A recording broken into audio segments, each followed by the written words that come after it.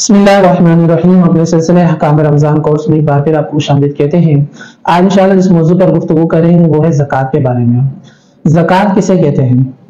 تو یاد رہے زکوٰۃ شریعت کی جانب سے مقررہ کردہ اس مال کو کہتے ہیں جس سے اپنا نفع ہر طرح سے ختم کرنے کے بعد اللہ تعالیٰ کی رضا کے لیے کسی ایسے مسلمان فقیر کی ملکیت میں وہ مال دے دیا جائے جو نہ سید ہو نہ ہاشمی ہو نہ سید یا ہاشمی کا آزاد کردہ غلام ہو۔ زکوٰۃ کو آخر زکوٰۃ کیوں کہتے ہیں؟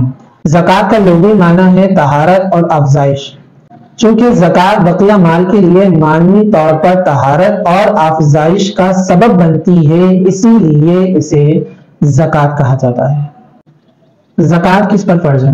یاد رہے زکوٰۃ دینا ہر اس عاقل بالغ آزاد مسلمان پر فرض ہے جس میں یہ دیگر شرائط پائے جائیں۔ پہلی شرط یہ ہے کہ وہ صاحب نصاب ہو۔ انشاءاللہ ان تمام شرائط کی ہم پوری تفصیل بیان کریں گے۔ اولا پہلے شرائط کا ذکر کرتے ہیں۔ پہلی شرط یہ ہے کہ وہ صاحب نصاب ہو۔ دوسری شرط یہ ہے کہ وہ مال نامی ہو۔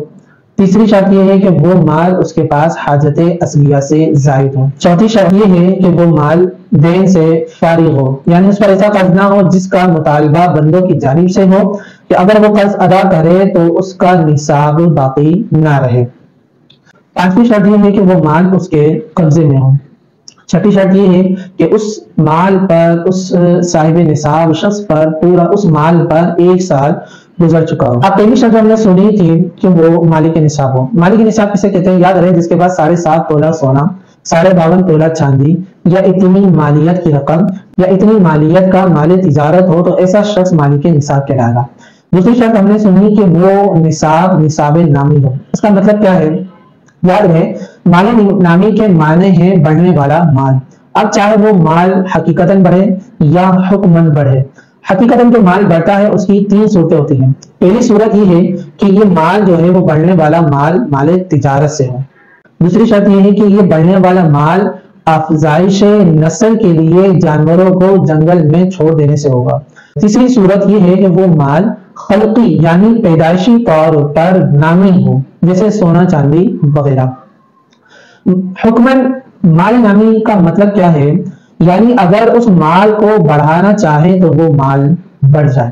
تیسری شرط کیا تھی؟ کہ وہ مال حاجت اصلیہ سے زائد ہو۔ اس کا مطلب کیا ہے کہ حاجت اصلیہ یعنی ضرورت زندگی سے مراد وہ چیزیں ہیں جن کی عموماً انسان کو ضرورت ہوتی ہے اور ان کے بغیر گزر اوقات میں شدید تنگی اور دشواری محسوس ہوتی ہے، جیسے رہنے کا گھر، پہننے کے کپڑے وغیرہ۔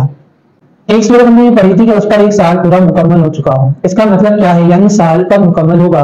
تو یاد رہے جس تاریخ اور وقت پر آدمی صاحب نصاب ہوا، جب تک نصاب رہے وہی تاریخ اور وقت جب آئے گا فوراً اس کا سال مکمل ہوگا۔ اور یاد رہے سال گزرنے میں قمری یعنی ہجری جو سال کہلاتا ہے چاند کے اعتبار سے، تو اس مہینوں کا اعتبار ہوگا شمسی سال، شمسی جس کو ہمارے عیسوی سال کہتے ہیں، اس سال کا اعتبار نہیں ہوگا۔ ایک شخص مالک نصاب ہے مگر اس پر قرض بھی ہے، تو کیا اس پر زکوٰۃ ہوگی یا نہیں؟ یاد رہے ایسا شخص جو صاحب نصاب ہے مگر اس پر دین یعنی قرض ہے کہ اگر قرض ادا کرنے کے بعد وہ نصاب باقی رہتا ہے تو اب اس پر زکوٰۃ ہوگی، وگرنہ زکوٰۃ نہیں رہے گی۔